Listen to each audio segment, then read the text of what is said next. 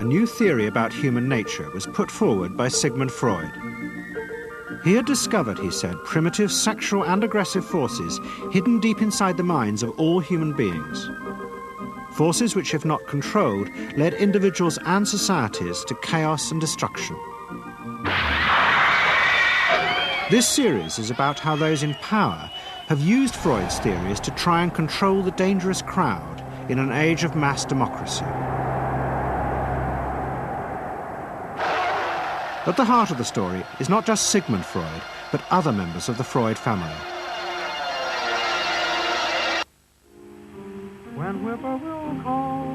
This episode is about Freud's American nephew, Edward Bernays. Bernays is almost completely unknown today, but his influence on the 20th century was nearly as great as his uncle's. Because Bernays was the first person to take Freud's ideas about human beings and use them to manipulate the masses.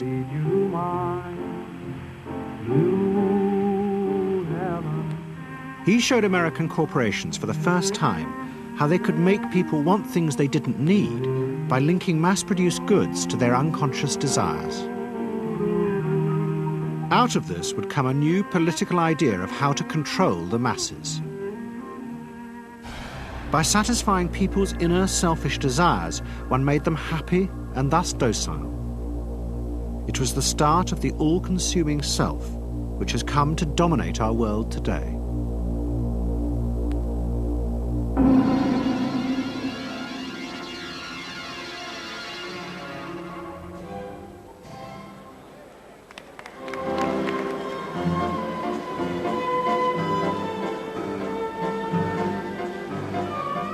Freud's ideas about how the human mind works have now become an accepted part of society, as have psychoanalysts. Every year, the psychotherapist's ball is held in a grand palace in Vienna. This is the psychotherapy ball. Psychotherapists come, some advanced patients come, or former patients come, and many other people, friends, but also people from the Viennese society who like to go to a nice, elegant, comfortable ball. But it was not always so. 100 years ago, Freud's ideas were hated by Viennese society. At that time, Vienna was the centre of a vast empire ruling Central Europe. And to the powerful nobility of the Habsburg court, Freud's ideas were not only embarrassing, but the very idea of examining and analysing one's inner feelings was a threat to their absolute control. You see, at that time, these people had the power. And of course, you just were not allowed to show your bloody feelings. I mean, you just couldn't. You know, I mean, you couldn't, if you were unhappy. Can you imagine, for instance, you sit somewhere in the country in a castle, you are deeply unhappy, you are a woman. You couldn't go to your maid and cry on her shoulders, or you couldn't go into the village and complain, you know, about your feelings. I mean, you couldn't, it was like selling yourself to somebody. You just couldn't, you know, because they had to respect you. Now, of course, Freud, you see, put that thought very much into question, because you see, to examine yourself, you would have to put a lot of other things into question, your society, everything what surrounds you. And that wasn't a good thing at that time. Why not? Because your self-created empire, to a certain extent, would have fallen into bits much earlier already. But what frightened the rulers of the empire even more was Freud's idea that hidden inside all human beings were dangerous instinctual drives. Freud had devised a method he called psychoanalysis. By analysing dreams and free association, he had unearthed, he said, powerful sexual and aggressive forces which were the remnants of our animal past. Feelings we repressed because they were too dangerous. Freud devised a method for exploring a hidden part of the mind, which we nowadays call the unconscious, which is a part that is totally unknown to our consciousness, that there exists a barrier in all our minds which prevents these hidden and unwelcome impulses of the unconscious from emerging. Good night.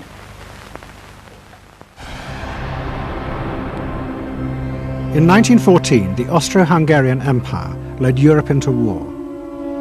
As the horror mounted, Freud saw it as terrible evidence of the truth of his findings. The saddest thing, he wrote, is that this is exactly the way we should have expected people to behave, from our knowledge of psychoanalysis. Governments had unleashed the primitive forces in human beings, and no one seemed to know how to stop them.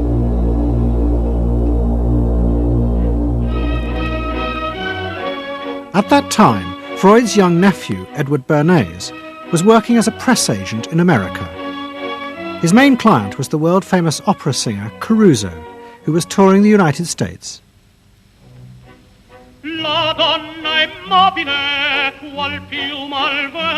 Bernays' parents had emigrated to America 20 years before, but he kept in touch with his uncle and joined him for holidays in the Alps. But Bernays was now about to return to Europe for a very different reason. On the night that Caruso opened in Toledo, Ohio, America announced it was entering the war against Germany and Austria. As a part of the war effort, the US government set up a Committee on Public Information, and Bernays was employed to promote America's war aims in the press. The President, Woodrow Wilson, had announced that the United States would fight not to restore the old empires, but to bring democracy to all of Europe. And Bernays proved extremely skillful in promoting this idea, both at home and abroad. And at the end of the war, he was asked to accompany the President to the Paris Peace Conference. Then, to my surprise, they asked me to go over with Woodrow Wilson to the peace conference. And at the age of 26, I was in Paris for the entire time of the peace conference that was held in the suburb of Paris, and we worked to make the world safe for democracy. That was a big slogan. Wilson's reception in Paris astounded Bernays and the other American propagandists. Their propaganda had portrayed Wilson as a liberator of the people, a man who would create a new world in which the individual would be free. They had made him a hero of the masses. And as he watched the crowds surge around Wilson, Bernays began to wonder whether it would be possible to do the same type of mass persuasion, but in peacetime. When I came back to the United States, I decided that if you could use propaganda for war, you could certainly use it for peace. And propaganda got to be a bad word because of the Germans using it. So what I did was to try to find some other words. So we found the word Council on Public Relations. Bernays returned to New York and set up as a public relations counsel in a small office off Broadway. It was the first time the term had ever been used.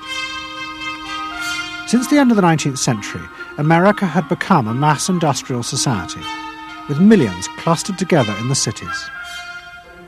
Bernays was determined to find a way to manage and alter the way these new crowds thought and felt. To do this, he turned to the writings of his uncle Sigmund. While in Paris, Bernays had sent his uncle a gift of some Havana cigars. In return, Freud had sent him a copy of his general introduction to psychoanalysis. Bernays read it, and the picture of hidden irrational forces inside human beings fascinated him. He wondered whether he might make money by manipulating the unconscious. What Eddie got from Freud was indeed this idea that there is a lot more going on in human decision-making, not only among individuals, but even more importantly among groups, than this idea that information drives behavior. And so Eddie began to formulate this idea that you had to look at things that would play to people's irrational emotions. And you see, that moved Eddie immediately into a different category from other people in his field and most government officials and managers of the day who thought if you just hit people with all this factual information, they would look at that and say, oh, of course. And Eddie knew that was not the way the world worked. Bernays set out to experiment with the minds of the popular classes. His most dramatic experiment was to persuade women to smoke.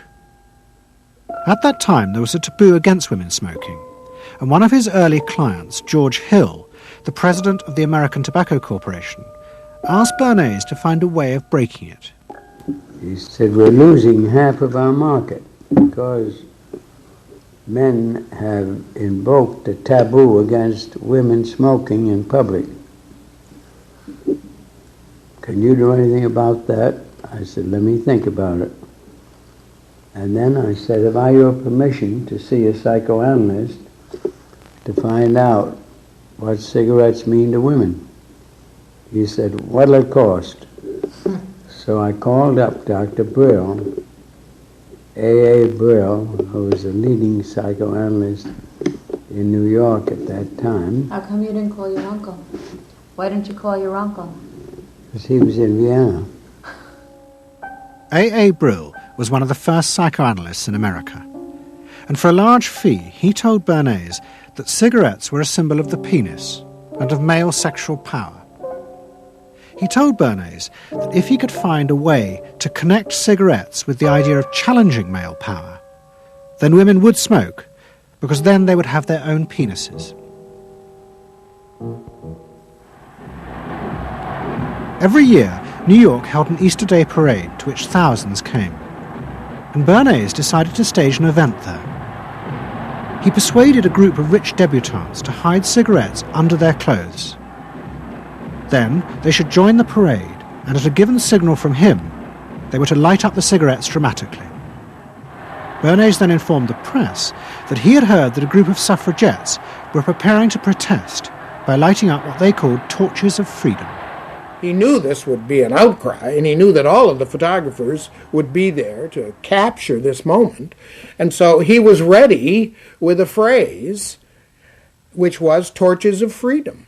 And so here you have a symbol, women, young women, debutantes, smoking a cigarette in public with a phrase that means anybody who believes in this kind of equality pretty much has to support them in the ensuing debate about this, because torches of freedom.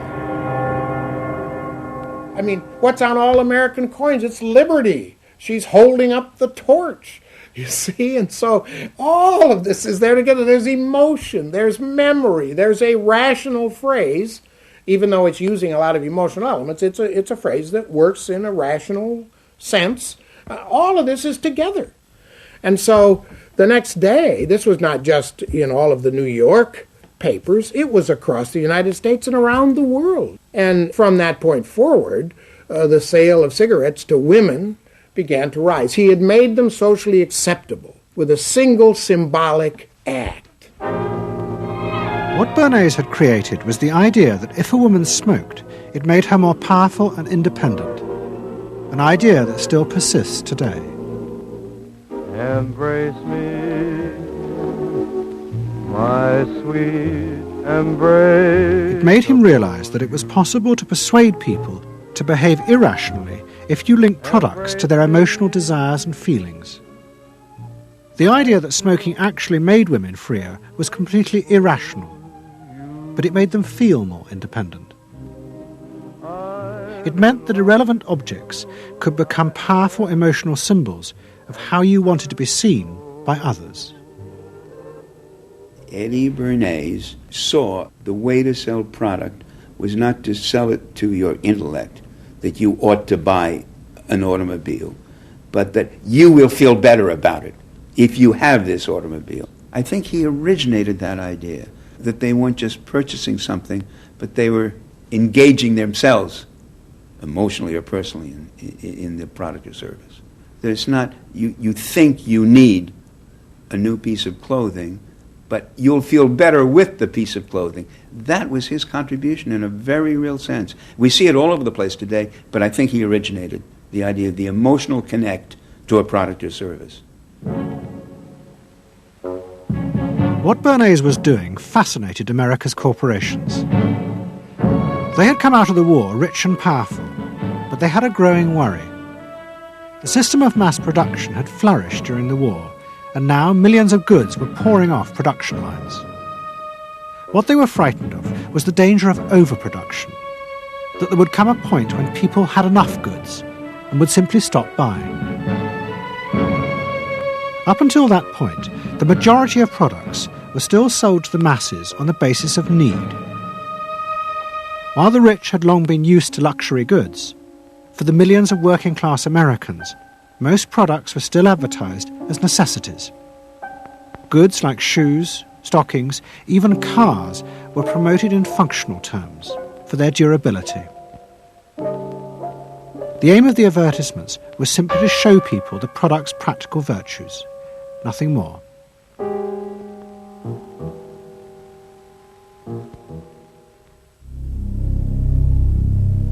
What the corporations realized they had to do was transform the way the majority of Americans thought about products. One leading Wall Street banker, Paul Mazur of Lehman Brothers, was clear about what was necessary. We must shift America, he wrote, from a needs to a desires culture. People must be trained to desire, to want new things even before the old have been entirely consumed. We must shape a new mentality in America. Man's desires must overshadow his needs.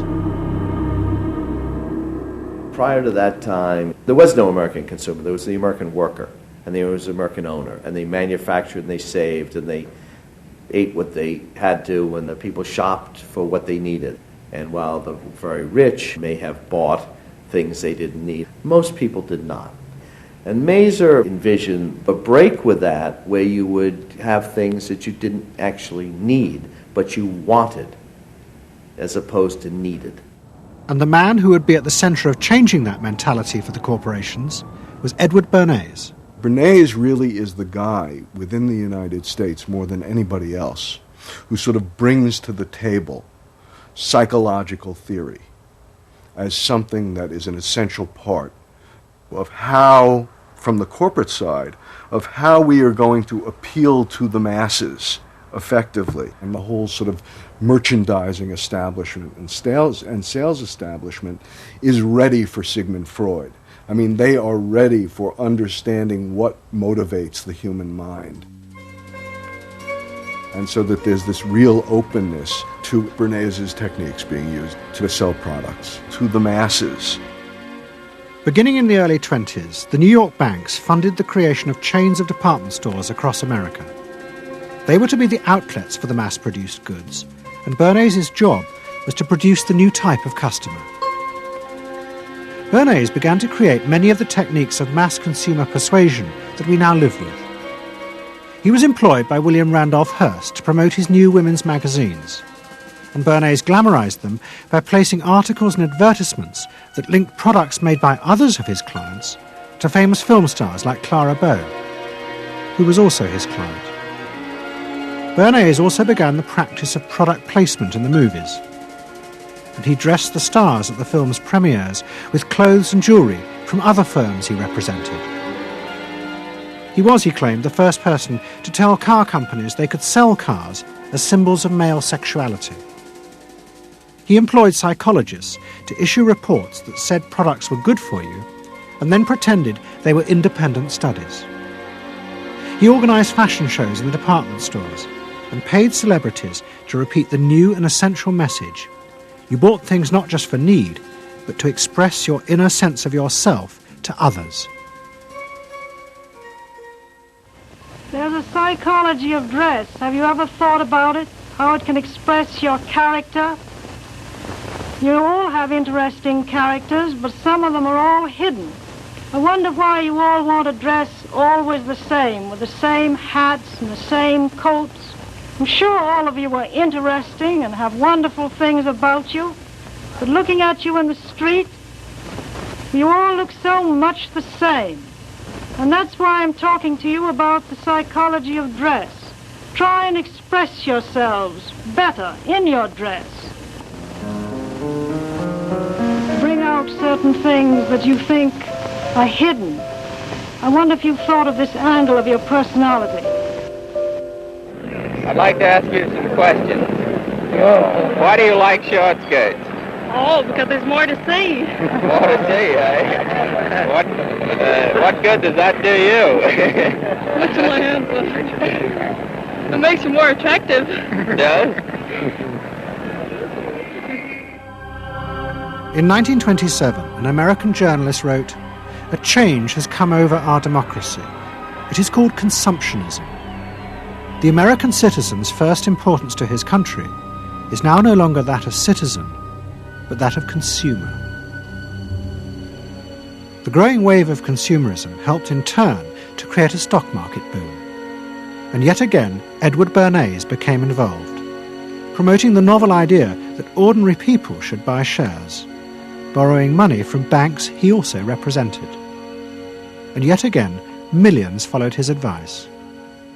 He was uniquely knowledgeable about how people in large numbers are going to react to products and ideas and so on. But in political terms, if he were to go out, so I can't imagine that he could get 3 people to stand and listen. Wasn't particularly articulate, was a kind of funny looking, and didn't have any sense of reaching out for people one-on-one. None at all. He didn't think about people in groups of one, thought about people in groups of thousands. So I would have nothing to do with him. Hello?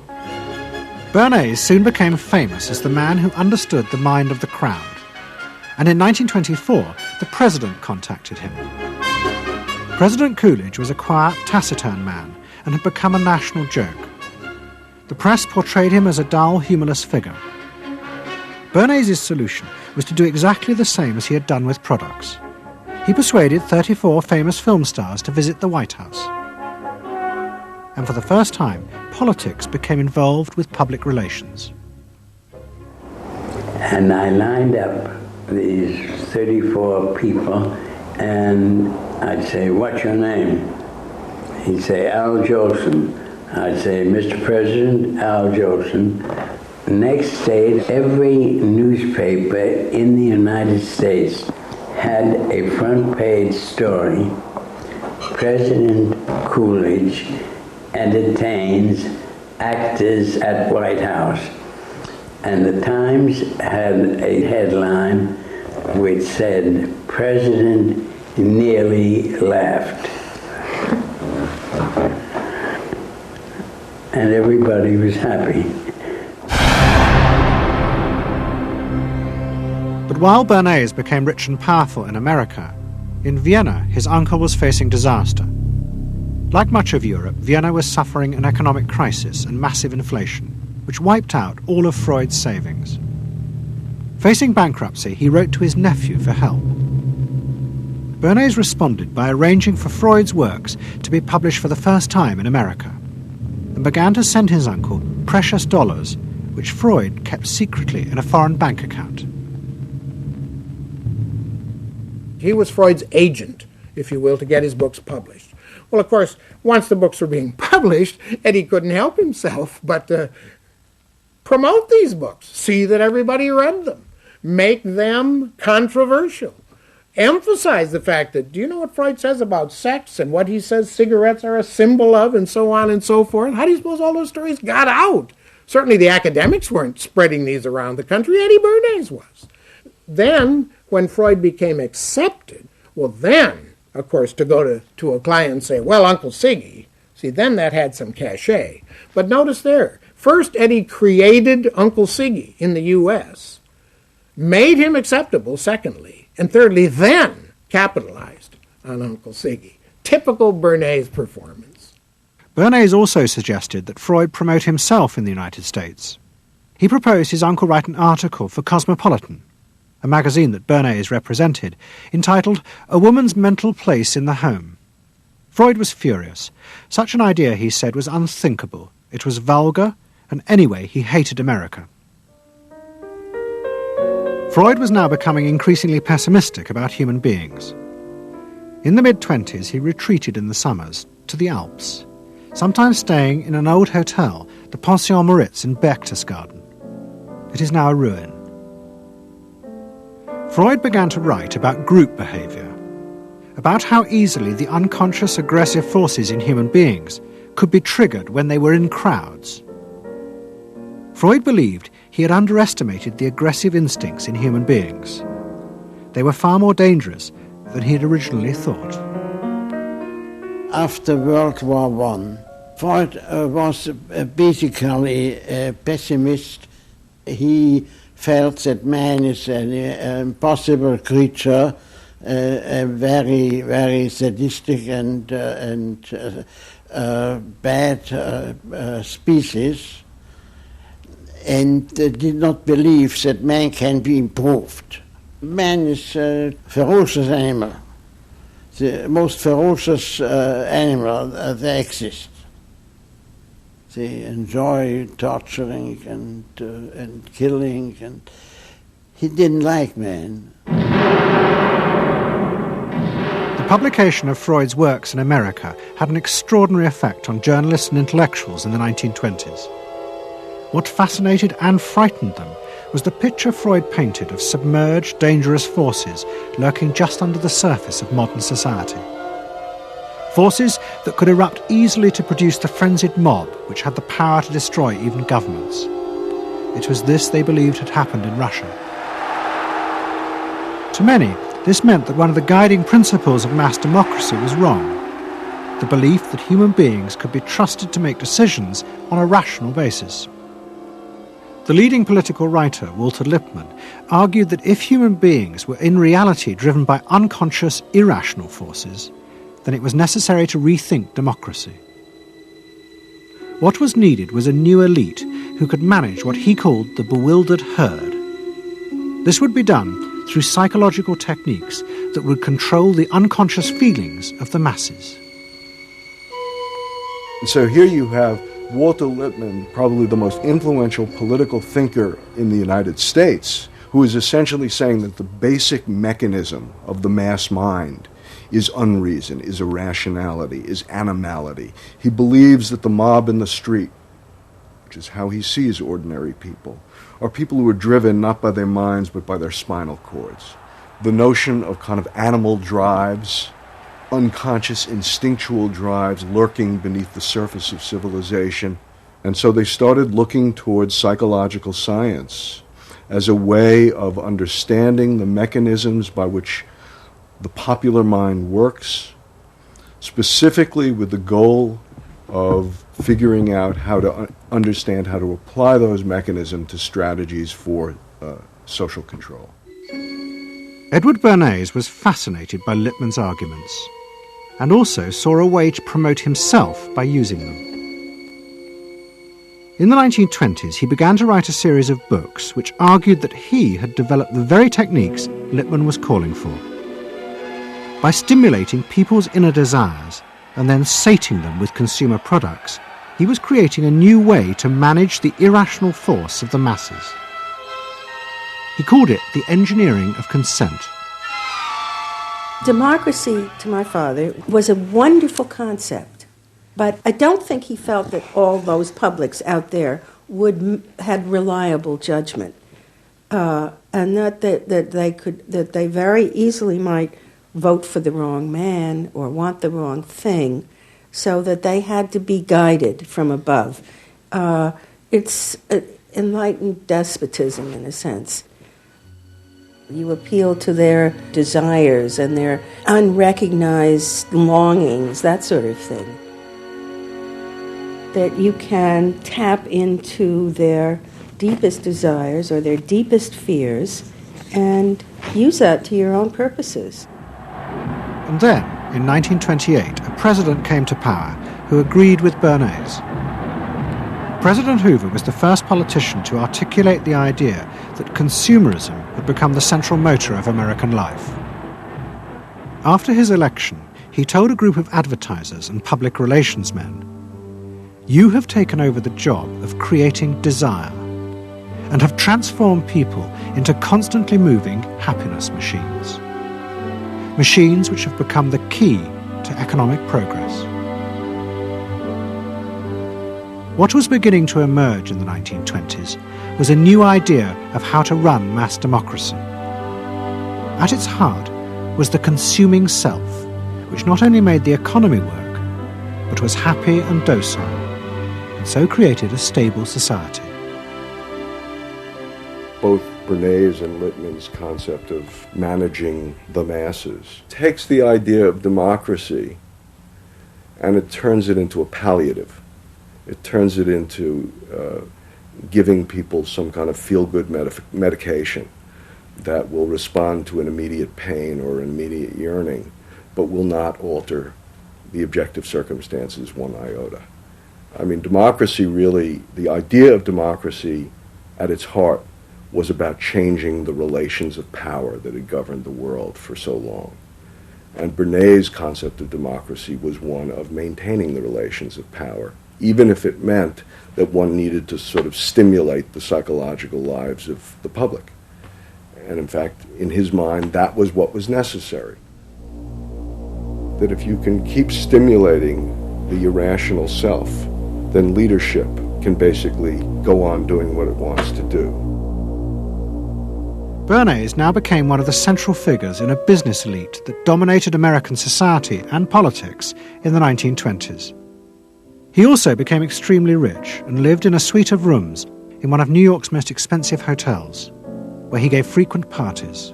Oh my goodness. He had a home in the corner suite of the Sherry Netherland Hotel. And here's this wonderful suite with all these windows looking out on Central Park and across at the plaza and on the square.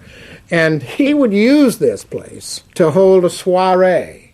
The mayor would come. All the media leaders would come, the political leaders, the business leaders, the people in the arts. I mean, it was a who's who. People wanted to know Eddie Bernays because, you know, he himself became a sort of a famous man, a sort of a magician who could make these things happen. He knows everybody. He knows the mayor and he knows the senator and he calls politicians on the telephone as if he did get literally a high or a bang out of doing what he did. And that's fine, but it can be a little hard on the people around you, especially when you make other people feel stupid. People who worked for him were stupid, and children were stupid, and if people did things in a way that he wouldn't have done them, they were stupid. It was a word that he used over and over and over, dope and stupid. And the masses? They were stupid.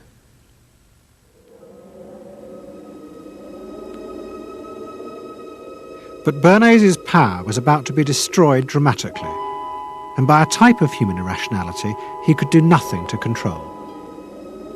At the end of October 1929, Bernays organised a huge national event to celebrate the 50th anniversary of the invention of the light bulb. President Hoover, the leaders of major corporations, and bankers like John D. Rockefeller were all summoned by Bernays to celebrate the power of American business. But even as they gathered, news came through that shares on the New York Stock Exchange were beginning to fall catastrophically. Throughout the 1920s, speculators had borrowed billions of dollars. The banks had promoted the idea that this was a new era where market crashes were a thing of the past. But they were wrong. What was about to happen was the biggest stock market crash in history. Investors had panicked and begun to sell in a blind, relentless fury that no reassurance by bankers or politicians could halt. And on the 29th of October 1929, the market collapsed.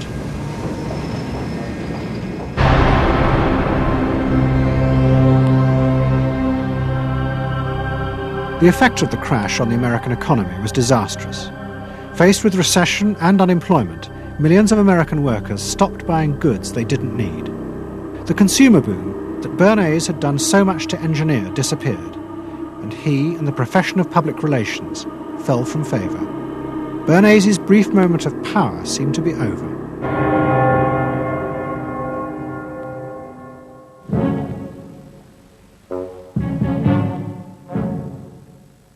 The effect of the Wall Street crash on Europe was also catastrophic.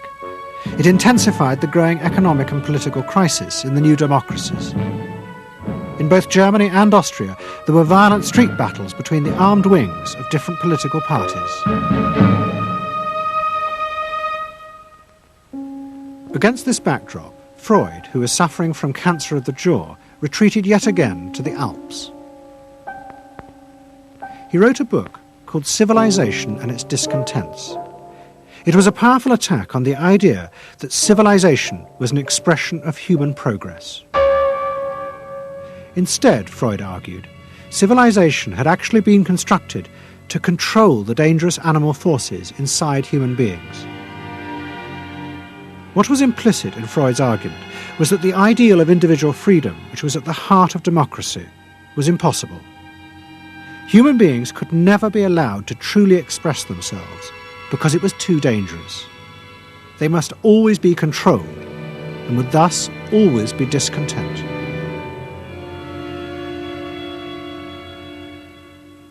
Man doesn't want to be civilized, and he is civilization brings discontent, but it's necessary to survival. Otherwise he couldn't survive. So he must be discontent, because this would be the only way to keep him within limits. But what did Freud think about the idea of the equality of man? He didn't believe in it. We had 32 parties, and Hitler said, before those parties don't vanish, there is no Germany. That's true. You can't have 32 parties, and so they felt this one person will put an end to this comedy. Freud was not alone in his pessimism. Politicians like Adolf Hitler emerged from a growing despair in the 1920s about democracy. The Nazis were convinced that democracy was dangerous because it unleashed a selfish individualism, but didn't have the means to control it. Hitler's party, the National Socialists, stood in elections, promising in their propaganda that they would abandon democracy because of the chaos and unemployment it led to. Die Parteien versprachen den Himmel auf Erden.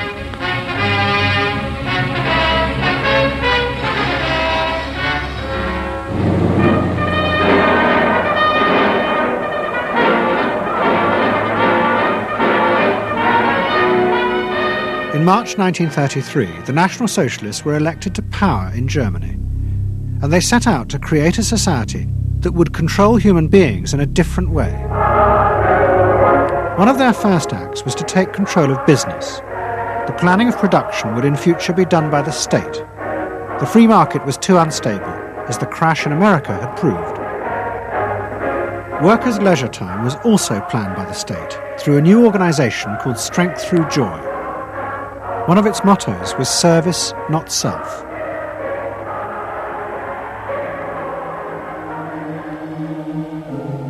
But the Nazis did not see this as a return to an old form of autocratic control. It was a new alternative to democracy, in which the feelings and the desires of the masses would still be central, but they would be channeled in such a way as to bind the nation together. The chief exponent of this was Joseph Goebbels, the Minister of Propaganda. Es mag gut sein, Macht zu besitzen, die auf Gewehren ruht. Besser aber und beglückender ist es, das Herz eines Volkes zu gewinnen und es auch zu behalten. Goebbels organised huge rallies whose function, he said, was to forge the mind of the nation into a unity of thinking, feeling and desire. One of his inspirations, he told an American journalist, was the writings of Freud's nephew, Edward Bernays. In his work on crowd psychology, Freud had described how the frightening irrationality inside human beings could emerge in such groups.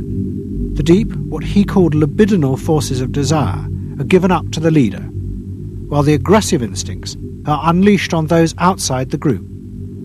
Freud wrote this as a warning, but the Nazis were deliberately encouraging these forces because they believed they could master and control them. Well, Freud was saying that masses are bound by libidinal forces. They love each other and delegate their ideas and their feelings to the chap on top. What are libidinal forces? What are libidinal forces? Well, forces of love. Not hate. No. Hate is delegated to the others outside.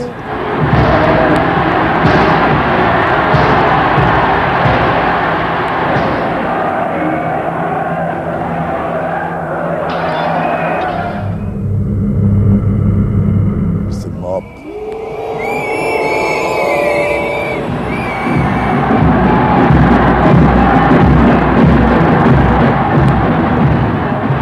I could see from afar, looking up Wilhelmstraße towards unter den Linden, how those 100,000 of people, when they passed Hitler, they just became completely delirious. They began to shout these cries I will never get out of my ears. Heil, Sieg, Heil. They demented. And here I got confirmation how those irrational forces, uncontrollable forces in Germany, in the Germans, had erupted, had broken out, were running riot, were departing, marching on.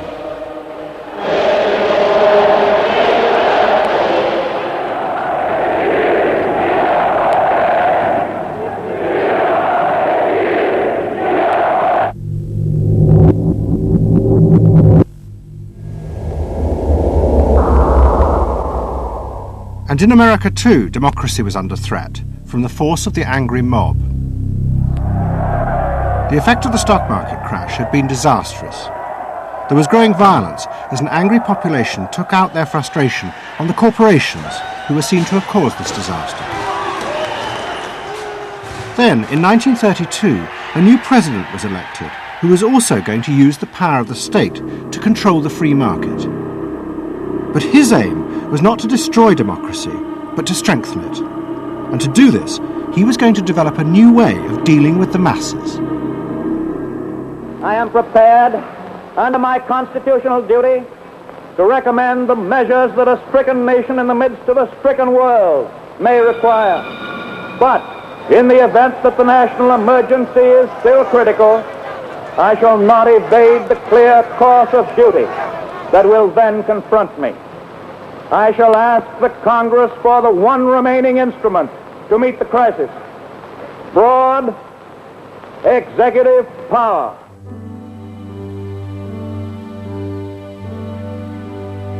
It was the start of what would become known as the New Deal. Roosevelt assembled a group of young technocrats and planners in Washington. He told them that their job was to plan and run giant new industrial projects for the good of the nation. Roosevelt was convinced that the stock market crash had shown that laissez-faire capitalism could no longer run modern industrial economies. It had become the job of government. Big business was horrified, but the New Deal attracted the admiration of the Nazis, especially Joseph Goebbels. Wir betrachten die wirtschaftliche Entwicklung in Amerika mit dem allergrößten positiven Interesse. Und wir sind dort der festen Überzeugung, dass Präsident Roosevelt und seine Berater auf dem richtigen Wege sind. Es handelt sich in der Tat um das größte wirtschaftliche und soziale Problem aller Zeiten. Die vielen Millionen Arbeitslosen, die ihre Plätze an den Maschinen und in den Kontoren verloren haben, wieder an ihre alten Arbeitsstellen zurückzuführen. Das kann nicht allein der privaten Initiative überlassen werden. Ausschlaggebend ist, dass die öffentliche Hand mit positiven Maßnahmen eingreift. But although Roosevelt, like the Nazis, was trying to organize society in a different way, unlike the Nazis, he believed that human beings were rational and could be trusted to take an active part in government. Roosevelt believed it was possible to explain his policies to ordinary Americans and take into account their opinions. To do this, he was helped by the new ideas of an American social scientist called George Gallup. Favorite reading of New Deal Washington, the survey of U.S. public opinion. From offices at Princeton, New Jersey, a famed statistician, Dr. George Gallup, tells Washington from week to week what the nation is thinking. And in New York, Fortune magazine's analyst, Elmo Roper, compiles for publication a continuous record of the nation's approval or disapproval of how the country is being run. Gallup and Roper rejected Bernays' view that human beings were at the mercy of unconscious forces and so needed to be controlled. Their system of opinion polling was based on the idea that people could be trusted to know what they wanted. They argued that one could measure and predict the opinions and behaviour of the public if one asked strictly factual questions and avoided manipulating their emotions. Well, how about this one? Do you think Franklin D. Roosevelt's New Deal has been bad for the nation in general? No, that question's loaded. It automatically suggests an answer. Well, how about this?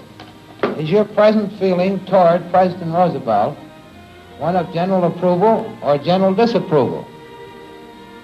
That's better. Prior to scientific polling, the view of many people was that you couldn't trust public opinion. It was irrational, that it was ill-informed, it was chaotic, unruly, and so forth. And so that opinion should be dismissed. But with scientific polling, I think it established very clearly that people are rational, that they do make good decisions, and this offers democracy a chance to be truly informed by the public, giving everybody a voice in the way the country is run. I know my father wouldn't necessarily say the voice of the public is the voice of God, but he did feel very much that the voice of the people is a rational voice and should be heard. What Roosevelt was doing was forging a new connection between the masses and politicians. No longer were they irrational consumers who were managed by sating their desires. Instead, they were sensible citizens who could take part in the governing of the country. In 1936, Roosevelt stood for re-election. He promised further control over big business. To the corporations, it was the beginning of a dictatorship.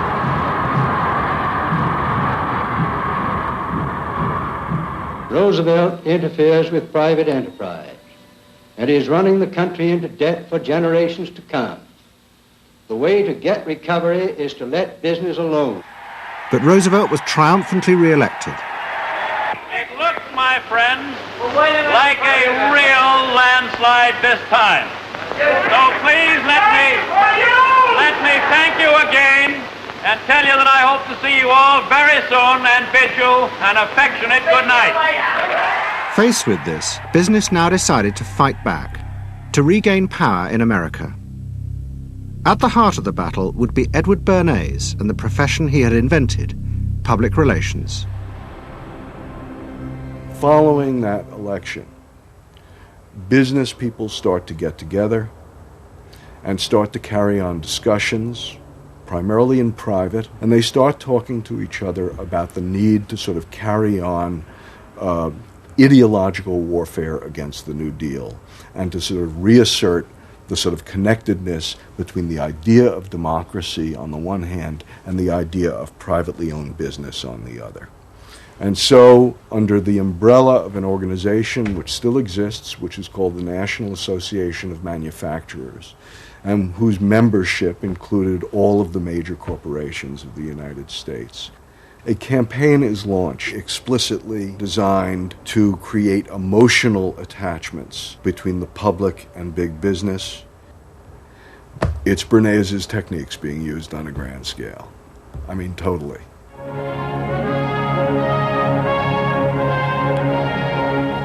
General Motors Parade of Progress, traveling the high roads and byroads of America, bringing to millions of Americans in their own hometown the fascinating story behind modern industry, showing... The campaign set out to show dramatically that it was business, not politicians, who had created modern America. A better mode of living for all of us.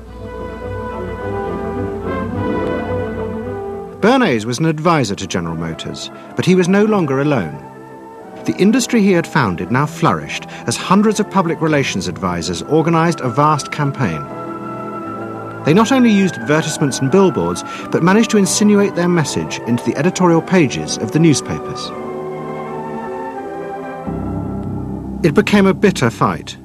In response to the campaign, the government made films that warned of the unscrupulous manipulation of the press by big business. And the central villain was the new figure of the public relations man. They tried to achieve their ends by working entirely behind the scenes, corrupting and deceiving the public. The aims of such groups may be either good or bad, so far as the public interest is concerned, but their methods are a grave danger to democratic institutions. The films also showed how the responsible citizen could monitor the press themselves. They could create a chart that analysed the reporting for signs of hidden bias. But such earnest instruction was to be no match for the powerful imagination of Edward Bernays. He was about to help create a vision of the utopia that free market capitalism would build in America if it was unleashed.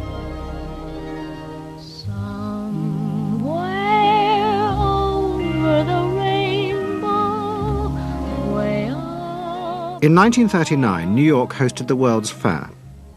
Edward Bernays was a central advisor. He insisted that the theme be the link between democracy and American business.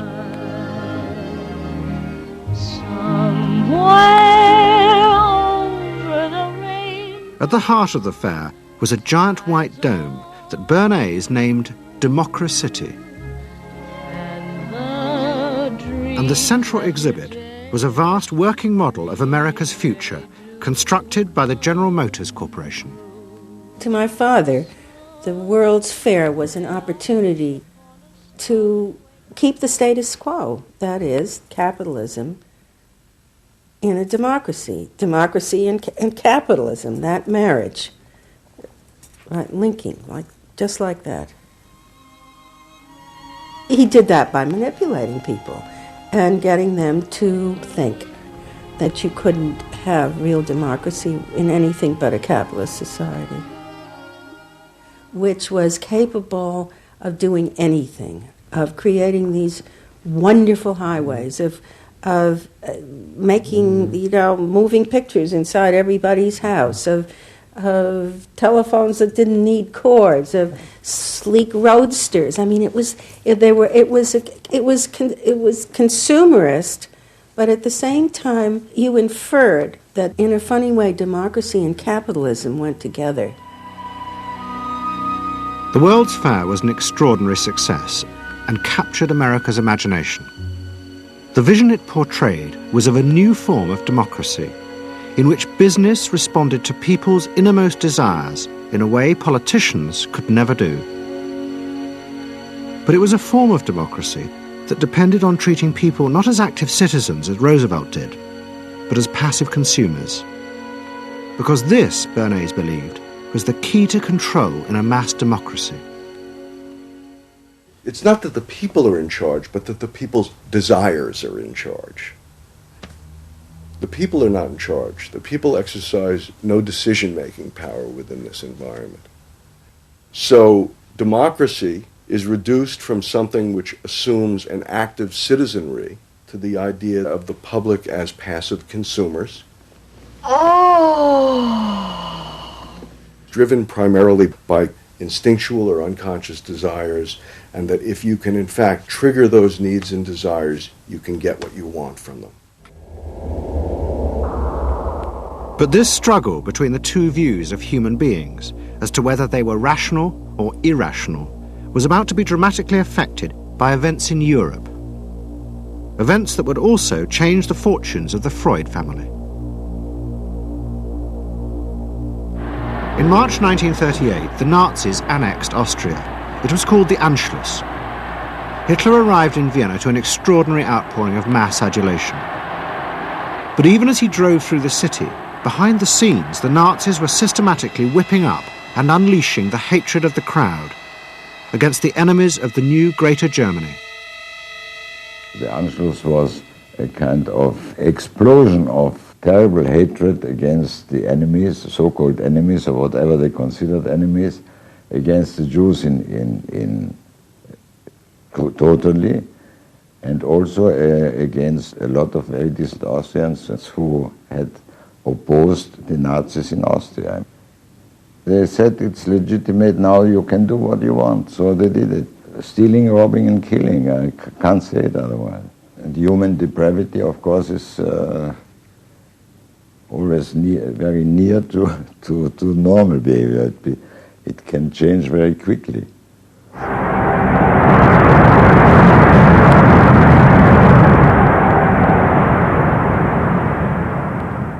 As the violence and assassinations raged in Vienna, Freud decided he had to leave. His aim was to go to Britain, but he knew that Britain, like many countries, was refusing entry to most Jewish refugees. But help came from the leading psychoanalyst in Britain, Ernest Jones. He was in the same ice skating club as the Home Secretary, Sir Samuel Hoare, and Jones persuaded Hoare to issue Freud a British work permit. And in May 1938, Freud, his daughter Anna, and other members of his family set off for London.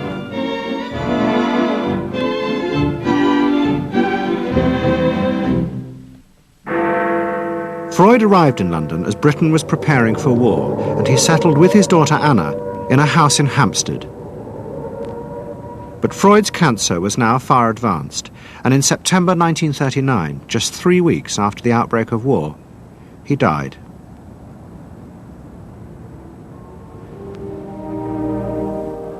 The Second World War would utterly transform the way governments saw democracy and the people they governed. Next week's programme will show how the American government, as a result of the war, became convinced there were savage, dangerous forces hidden inside all human beings, forces that needed to be controlled. The terrible evidence from the death camps seemed to show what happened when these forces were unleashed. And politicians and planners in post-war America would come to believe that hidden under the surface of their own population were the same dangerous forces.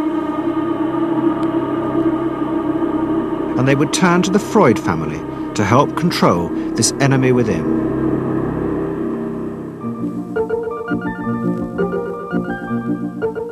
And ever adaptable, Edward Bernays would work not just for the American government, but the CIA. And Sigmund Freud's daughter Anna would also become powerful in the United States because she believed that people could be taught to control the irrational forces within them. Out of this would come vast government programs to manage the inner psychological life of the masses.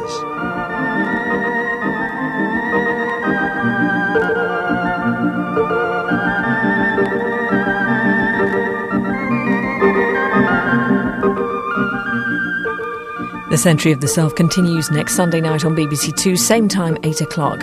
Tonight, the final part of SAS next.